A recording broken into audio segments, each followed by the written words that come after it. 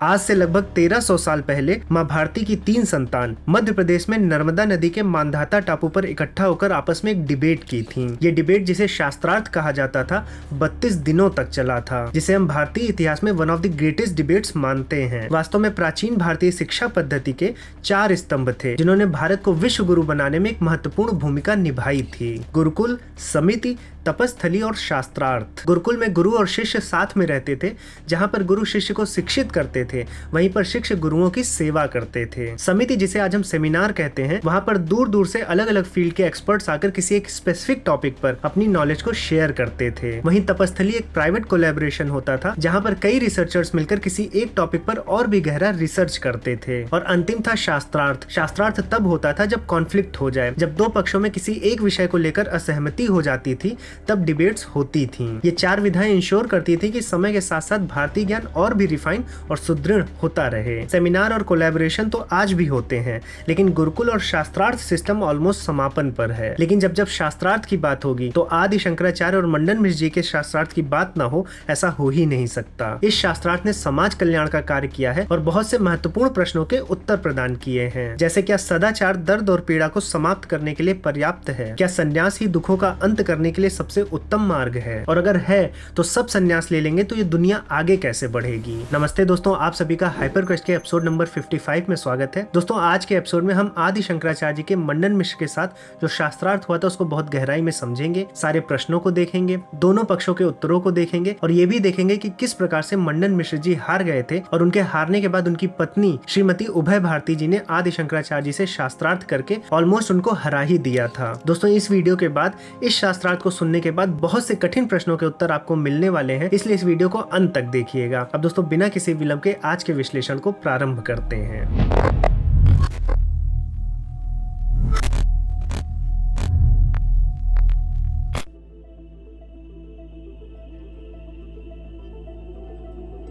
दोस्तों, इससे पहले कि हम आदि शंकराचार्य जी और मंडन मिश्र जी के शास्त्रार्थ पर चर्चा करें, हमें यह समझना होगा कि जब दोनों व्यक्ति हिंदू सनातन धर्म से हैं, दोनों व्यक्ति वेदों का पठन पाठन करते हैं, दोनों वेदाभ्यासी हैं, तब उनके विचारों में ऐसा मतभेद आया क्यों कि उनको एक डिबेट करने की या शास्त्रार्थ करने की आवश्यकता पड़ी? जबकि देखा जाए तो वेद तो हिंदू सनातन धर्म के मूल ग्रंथ हैं, केंद्रीय ग्रंथ हैं। अगर कोई 2 व्यक्ति वेदों को मानते हैं तो उनके बीच मतभेद कैसे हो सकता है? तो इसको समझने के लिए आपको सबसे पहले समझना होगा कि वेदों को समझने का प्रयास आदिकाल से होता चला आ रहा है। प्राचीन काल से ही कई ऋषि मुनियों ने वेदों को समझने का प्रयास किया है। और जब दर्शन की बात आती है, मतलब कि ये सृष्टि कैसे बनी है, ये ब्रह्मांड कार्य कैसे करता है, मनुष्य की उत्पत्ति क्यों हुई, मनुष्य का प्रयोजन क्या है, मनुष्य का यहाँ पर क्या रोल है, उसके जीवन का क्या अभिप्राय है, ये सभी दर्शनों के मूल प्रश्न हैं जिनका उत्तर करने के लिए दर्शन आगे आते हैं। और प्राचीन काल से ही ऋषि मुनियों ने इन प्रश्नों का उत्तर वेदों में ढूंढने का प्रयास किया है। तो कई तरह के ऋषि मुनि हुए जिन्होंने वेदों को समझने का जब प्रयास किया और इन प्रश्नों का उत्तर ढूंढा, तो 6 तरह के विचार आगे आए,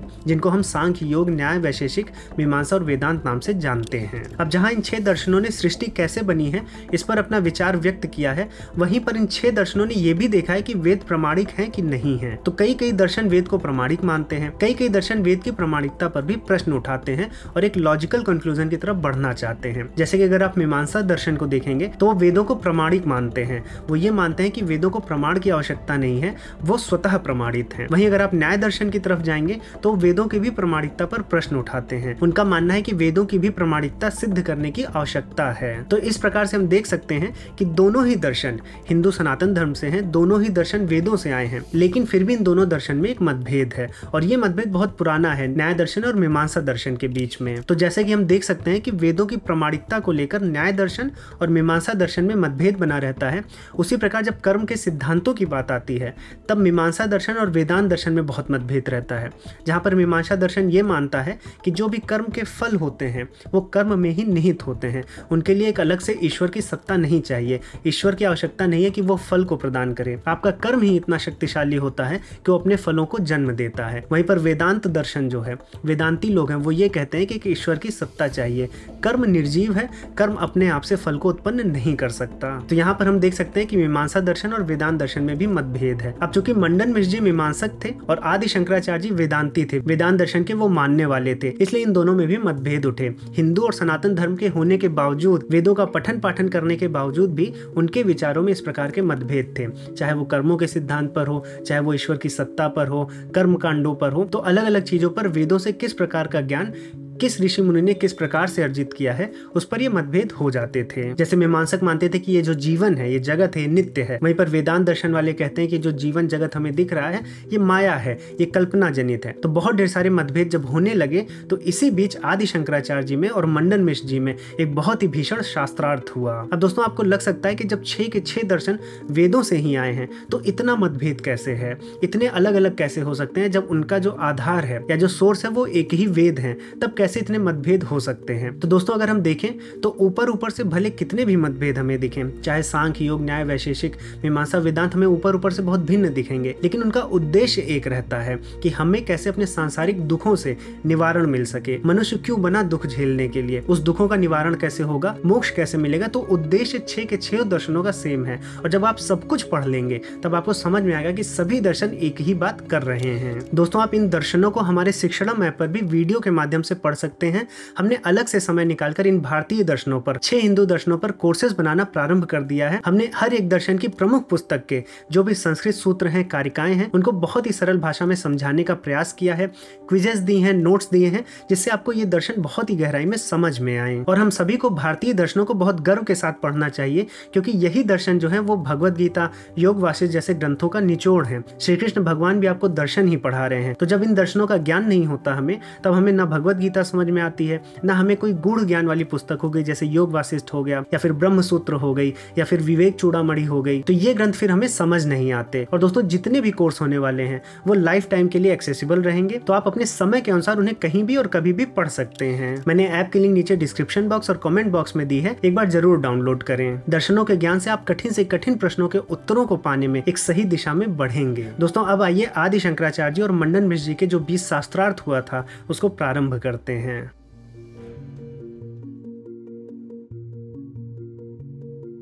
दोस्तों आदि शंकराचार्य जी वेदांत दर्शन को मानते थे, एक सन्यासी थे और भगवा रंग का वस्त्र धारण करते थे। वहीं दूसरी तरफ अगर आप मंडन मिश्र जी को देखें तो वो मीमांसा दर्शन को मानते थे, गृहस्थ आश्रमी थे और सफेद वस्त्र को धारण करते थे। दोनों अपने अपने क्षेत्र में महाज्ञानी थे। तो जब आदि शंकराचार्य जी वेदांत दर्शन को पूरे भारत में फैलाना चाहते थे तो उनके रास्ते में जो सबसे बड़ा प्रतिद्वंदी आया वो थे श्री मंडन मिश्र। और उनको पता था कि अगर मंडन मिश्र जी को हरा दिया गया तो उनका वेदांत दर्शन काफी मजबूत स्थिति में आ जाएगा। तो जब उन्होंने चैलेंज किया मंडन मिश्र जी को, तो मंडन मिश्र जी ने भी सहर्ष स्वीकार किया, लेकिन एक शर्त रखी कि जो भी इस शास्त्रार्थ को हारेगा वो जीतने वाले का आजीवन शिष्य बन जाएगा। तो इस प्रकार आदि शंकराचार्य जी ने भी ये प्रतिज्ञा ली कि अगर वो हारेंगे तो वो संन्यास छोड़कर गृहस्थ आश्रम में चले जाएंगे, और मंडन मिश्र जी ने भी ये प्रतिज्ञा ली कि अगर वो हारेंगे तो वो गृहस्थ आश्रम को छोड़कर संन्यास धारण कर लेंगे। तो स्टेज सेट था।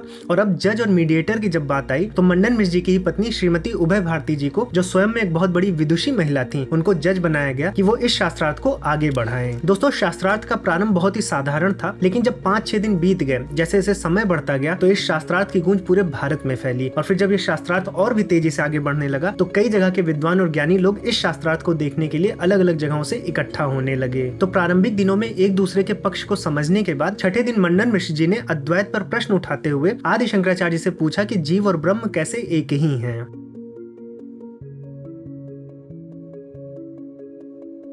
साथियों जब मंडन मिश्र जी ने आदि शंकराचार्य से जीव और ब्रह्म की एकता का प्रमाण मांगा तो आदि शंकराचार्य जी ने छांदोग्य उपनिषद में कई बार आने वाले मंत्र तत्वमसि का प्रमाण दिया। पर केवल प्रमाण देखकर मंडन मिश्र शांत होने वालों में से नहीं थे। उन्होंने इस पर सवाल किए। उन्होंने सबसे पहले ये कहा कि जिन उपनिषदों की आप बात कर रहे हैं उन्हीं उपनिषदों में ये भी कहा गया है कि मनो ब्रह्म इति उपासित, यानी मन को ब्रह्म मानकर उसकी उपासना करनी चाहिए। यानी मन को यहाँ पर ब्रह्म के सदृश देखा जा रहा है, न कि यहाँ पर मन को ब्रह्म ही बोला जा रहा है। इसलिए मंडन मिश्र जी और भी मंत्र बताते हैं जहां पर अन्न को, सूर्य को आदि को ब्रह्म के समान मानकर उनकी उपासना करने का उल्लेख हुआ है। तो मंडन मिश्र जी के अनुसार तत्वमसि का अर्थ यह है कि हर जीव में ब्रह्म दृष्टि रखनी चाहिए, मतलब ब्रह्म जैसा व्यवहार करना चाहिए, न कि जीव ब्रह्म ही है, यानी जीव और ब्रह्म अभेद हैं, ऐसा तत्वमसि का अर्थ नहीं है। तो यहाँ पर आदि शंकराचार्य जी मुस्कुरा देते हैं। उनको समझ में आ जाता है कि किस बात पर मंडन मिश्र जी को समस्या है। तो फिर वो मंडन मिश्र जी का ध्यान आकृष्ट करते हुए बताते हैं कि मनो ब्रह्म इति उपासित में उपासित शब्द आया है, जिसका अर्थ है उपासना करना। तो ये कर्म कांड का विषय है, इसलिए यहाँ पर अन्न, सूर्य और मन आदि को ब्रह्म सदृश मानकर उपासना करने की आज्ञा दी जा रही है। लेकिन अगर आप तत्वम असि को देखेंगे तो वहां पर असि शब्द का प्रयोग हुआ है, और असि शब्द का प्रयोग होने से वो सर्वदा सर्वकाल में सत्य होता है। इसलिए जीव और ब्रह्म में एकता सदैव के लिए है। तो तत्वमसि का विधान केवल कर्म कांड तक सीमित नहीं है, बल्कि तत्वमसि एक मूल मंत्र है जो सर्वदा सत्य है। इसलिए जीव और ब्रह्म एक ही है। लेकिन यहाँ पर मंडन मिश्र जी आसानी से हार नहीं मानने वाले थे। वो आदि शंकराचार्य जी से कहते हैं कि अगर आपकी बात मान भी ली जाए तो जीव और ब्रह्म एक ही है या एक जैसे हैं, इसके लिए कोई प्रत्यक्ष प्रमाण आपके पास नहीं है। आपको इस तथ्य को कि जीव और ब्रह्म एक ही हैं, न कि सदृश हैं, किसी प्रमाण से प्रूव करना पड़ेगा। अब यहाँ पर आदि शंकराचार्य को समझ में आ गया था कि अब और गहराई में उतरना पड़ेगा। तो मंडन मिश्र जी से ये कहते हैं कि चूंकि आप जीव और ब्रह्म में एक समानता देख रहे हैं, न कि एकता देख रहे हैं, आप ये कह रहे हैं कि जीव ब्रह्म के सदृश है, न कि एकदम ही ब्रह्म है, तो आप किन गुणों के आधार पर सदृश मानते हैं? अगर आप ये कहते हैं कि जीव और ब्रह्म दोनों में चेतना है,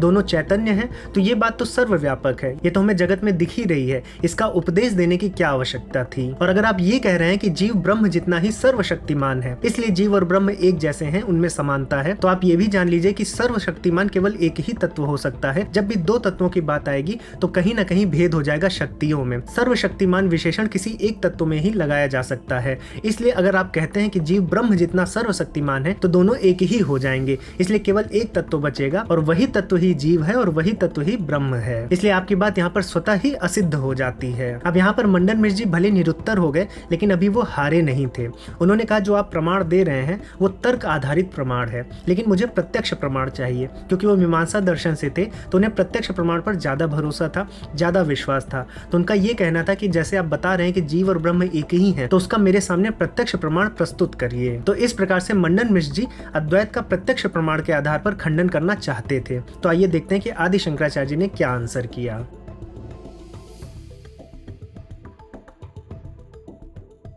तो साथियों, प्रत्यक्ष प्रमाण पर आते हुए मंडन मिश्र जी आदि शंकराचार्य जी से कहते हैं कि जब भी हम किसी साध्य की सिद्धि करते हैं, जब भी हमारे सामने कोई संशय होता है, तो प्रत्यक्ष प्रमाण सबसे ज्यादा मजबूत प्रमाण होता है। क्योंकि जो हम इंद्रियों से अनुभव करते हैं वो प्रत्यक्ष प्रमाण होता है, और प्रत्यक्ष प्रमाण के अनुसार अहम ईश्वरात् भिन्न, मतलब मैं ईश्वर से भिन्न हूँ, ऐसा बताया गया है। तो आप प्रत्यक्ष प्रमाण के विरुद्ध जाकर कैसे जीव और ब्रह्म को एक ही बता रहे हैं? तो इस पर आदि शंकराचार्य जी मंडन मिश्र जी से कहते हैं कि आप आत्मा को यानी कि जीव को क्या मानते हैं?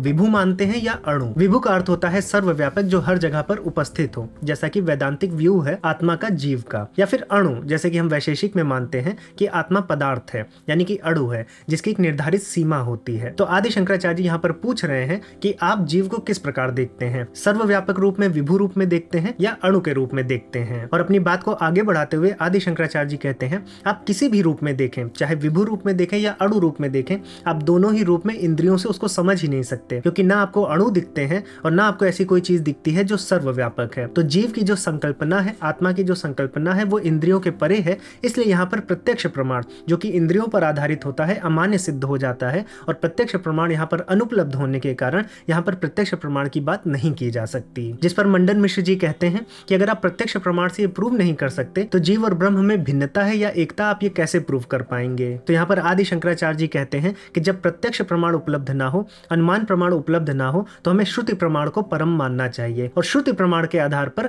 जीव और ब्रह्म में अभेदता सिद्ध हो जाती है। और ये सुनकर मंडन मिश्र जी मुस्कुरा देते हैं, क्योंकि श्रुतियों का अब जब उल्लेख होगा तो नए द्वार खुल जाएंगे। क्योंकि जो मंडन मिश्र थे मीमांसक थे और उनको श्रुतियों का यानी वेदों पर, उपनिषदों पर पूर्ण अभ्यास था, इसलिए अब वो श्रुति के माध्यम से अद्वैत का खंडन करने के लिए तैयार हो गए थे।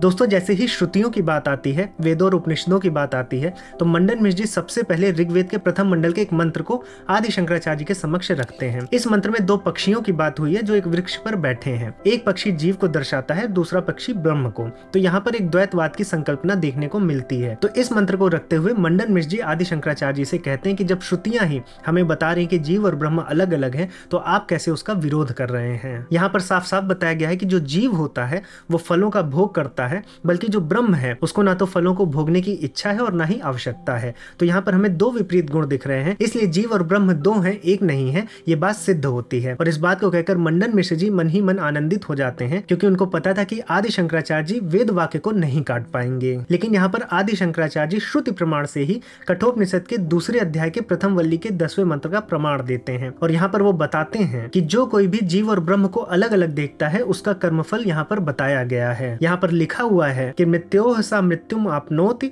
या इह नानेव पश्यति, यानी कि जो जीव और ब्रह्म को अलग अलग देखता है वो मृत्यु से मृत्यु को प्राप्त होता है, यानी जन्म और मरण के चक्र में फंसा रहता है। इसलिए जीव और ब्रह्म को एक ही देखना चाहिए। तो यहाँ पर मंडन मिश्र जी कहते हैं कि दो श्रुतियों में फिर यहाँ पर कॉन्फ्लिक्ट हो गया है। एक हमारा ऋग्वेद के संहिता पाठ से मंत्र है और एक कठोपनिषद से है, और दोनों एक दूसरे के कॉन्फ्लिक्टिंग है, क्योंकि एक जगह पर जीव और ब्रह्म में द्वैतवाद दिखाया गया है और एक जगह पर जीव और ब्रह्म में एकत्व का भाव प्रस्तुत किया गया है। तो आदि शंकराचार्य जी यहाँ पर कहते हैं कि यहाँ पर कोई कॉन्फ्लिक्ट नहीं है, क्योंकि पहले मंत्र में कोई भी कर्मफल नहीं बताया गया है, केवल दो पक्षियों की बात हुई है, उसका भी क्या अर्थ होगा वो हम आगे देखेंगे। लेकिन जो द्वितीय मंत्र मैंने प्रस्तुत किया है कठोपनिषद से, वहां पर कर्मफल बताया गया है कि अगर आप ऐसा नहीं करेंगे तो आप मोक्ष को नहीं पाएंगे। इसलिए ये जो श्रुति है कठोपनिषद की, ये बलशाली श्रुति है, क्योंकि इसके साथ कर्मफल जुड़ा हुआ है। अब अगर हम प्रथम मंत्र को देखें तो वहां पर जो दो पक्षियों की बात हुई है वो जीव और ब्रह्म की ना होकर जीव और बुद्धि की है, यानी जीव जो है वो फल का भोग करता है और बुद्धि देखती रहती है। वहां पर जीव और ब्रह्म में कोई भेद नहीं बताया गया है, और इस प्रमाण से आपकी बात निराधार सिद्ध हो जाती है। इसके बाद मंडन मिश्र जी ने और भी उपनिषदों से कई मंत्रों को प्रस्तुत किया जहाँ पर जीव और ब्रह्म में द्वैतवाद दिखता था, लेकिन उन सभी प्रश्नों का आदि शंकराचार्य जी ने बड़ी चतुराई और तर्क से उत्तर दिया। इन सभी को आप श्री शंकर दिग्विजय पुस्तक में पढ़ सकते हैं, माधवाचार्य द्वारा विरचित है। पुस्तक की लिंक हम प्रयास करेंगे कि हम अपने डिस्क्रिप्शन बॉक्स में डाल दें। दोस्तों, इस शास्त्रार्थ के अंतिम दिनों में अंतिम चरण में मंडन मिश्र जी आदि शंकराचार्य जी पर मोहित हो गए थे। तो अब जो उन्होंने सवाल पूछना प्रारंभ किए थे वो अब एक प्रतिवादी के रूप में नहीं पूछ रहे थे, बल्कि उनको गुरु मानकर पूछना चाह रहे थे। इसलिए उन्होंने सबसे पहले जानना चाहा कि जीव और ब्रह्म में आखिर जो संबंध है वो किस प्रकार का है। तो यहाँ पर आदि शंकराचार्य जी कहते हैं कि जीव और ब्रह्म में उसी प्रकार का संबंध है जैसा इस सौर मंडल में सूर्य और अन्य वस्तुओं का है। जिस प्रकार सूर्य और उसकी ऊर्जा हर एक पदार्थ में संचारित होती है, उसी प्रकार से जो परमात्मा है, जो ब्रह्म है, वो हर जीव में है और अपने आप को प्रतिबिंबित करता है। जिस पर मंडन मिश्र जी ने पूछा कि अगर ब्रह्म हर जगह उपस्थित है, हर जीव में उपस्थित है और जीव से एकीकृत हो रहा है, तो मैं उसको देख क्यों नहीं पाता। तो इस पर आदि शंकराचार्य जी ने बोला, अगर मैं एक गिलास में आपको पानी दूं और थोड़ा सा नमक दूं और नमक उसमें घोल दूं तो क्या होगा। तो मंडन मिश्र जी ने बोला कि वो पानी जो है, जो जल है, वो नमकीन हो जाएगा। तो इस पर आदि शंकराचार्य जी ने कहा, तो क्या वहां पर आप नमक की उपस्थिति बता सकते हैं कि वहां पर नमक है, क्या आपको दिख रहा है। तो मंडन मिश्र जी कहते हैं कि नहीं, नमक मुझे वहां पर नहीं दिख रहा है। तो यहाँ पर आदि शंकराचार्य जी समझाते हैं कि ठीक इसी प्रकार से ब्रह्म हर जीव में घुला हुआ है, वो सृष्टि के हर एक कण में उपस्थित है, बस वो इंद्रियातीत है। यानी कि जैसे हम नमक को देख नहीं सकते, उसी प्रकार से हम अपने इंद्रिय का प्रयोग करके उस परमात्मा को जान नहीं पाते हैं। और इसीलिए ही हमें इंद्रियों के ऊपर उठकर अगर हमें परमात्मा या ब्रह्म को पाना है तो अद्वैत वेदांत की फिलॉसफी पर मनन करना पड़ेगा। तो इस शास्त्रार्थ के अंतिम पलों में मंडन मिश्र जी अपनी हार को स्वीकार कर लेते हैं और आदि शंकराचार्य जी के शिष्य बन जाते हैं। लेकिन उसके बाद जो मंडन मिश्र जी की पत्नी थी उभय भारती जी, जो कि जज थी, वो फिर आदि शंकराचार्य जी से शास्त्रार्थ करने की प्रतिज्ञा करती हैं। और फिर आदि शंकराचार्य जी का लगभग उतने ही दिन श्रीमती उभय भारती जी से भी शास्त्रार्थ चला था। दोस्तों, इस वीडियो में सभी प्रश्नों को, सभी अंशों को समाहित कर पाना बहुत इम्पॉसिबल सी बात है, लेकिन मैंने आपको पुस्तक भी बता दी है। और अगर आपको ये टॉपिक पसंद आया है और भी जानना चाहते हैं तो हमें कमेंट में जरूर बताइएगा, हम एक वीडियो और बनाएंगे। हमने पूरा प्रयास किया इस वीडियो को बनाते समय कि जो भी बात जैसे बताई गई है, जैसा शास्त्रार्थ हुआ है, उसी रूप में आपको समक्ष रखा जाए। अपनी तरफ से हमने कोई भी चीज नहीं जोड़ी है। तो दोस्तों, मैं आशा करता हूँ कि इस वीडियो के माध्यम से आपको समझ में आया होगा कि किस प्रकार से आदि शंकराचार्य जी देश में जगह जगह पर जाकर अलग अलग विद्वानों से शास्त्रार्थ करते थे और अपने अद्वैत वेदांत का प्रसार करते थे। दोस्तों, अगर आपको सनातन हिंदू दर्शनों को पढ़ना है तो जैसे कि मैंने बताया कि शिक्षणा मैप पर बहुत से कोर्स उपलब्ध हैं। हमने सांख्य, योग, न्याय और वैशेषिक पर कोर्सेज को आरंभ कर दिया है। वेदांत और मीमांसा पर भी जल्द ही लाएंगे। ऐप की लिंक नीचे डिस्क्रिप्शन बॉक्स और कमेंट बॉक्स में दी गई है, एक बार जरूर डाउनलोड करें। कम से कम आप हमारे द्वारा दी गई फ्री डेमो वीडियोस को जरूर देखें, जिससे आपको समझ में आए कि क्या आपके लिए वो कोर्स है और मैं किस प्रकार से आपको पढ़ा रहा हूँ। दोस्तों, अगर आपको ये वीडियो पसंद आई है तो लाइक बटन पर जरूर क्लिक करें और अपने परिवारजनों और दोस्तों में भी साझा करें। अगर चैनल को सब्सक्राइब नहीं किया है तो चैनल को भी सब्सक्राइब कर लें। इसी प्रकार से हम फिलॉसफी, सनातन धर्म और विज्ञान से जुड़ी हुई वीडियोस को प्रत्येक सप्ताह लाते रहते हैं। दोस्तों, अब मैं दूंगा इस वीडियो को यहीं पर विराम। अब मैं मिलूंगा एक नए टॉपिक के साथ नई वीडियो में। तब तक के लिए जय श्री राम।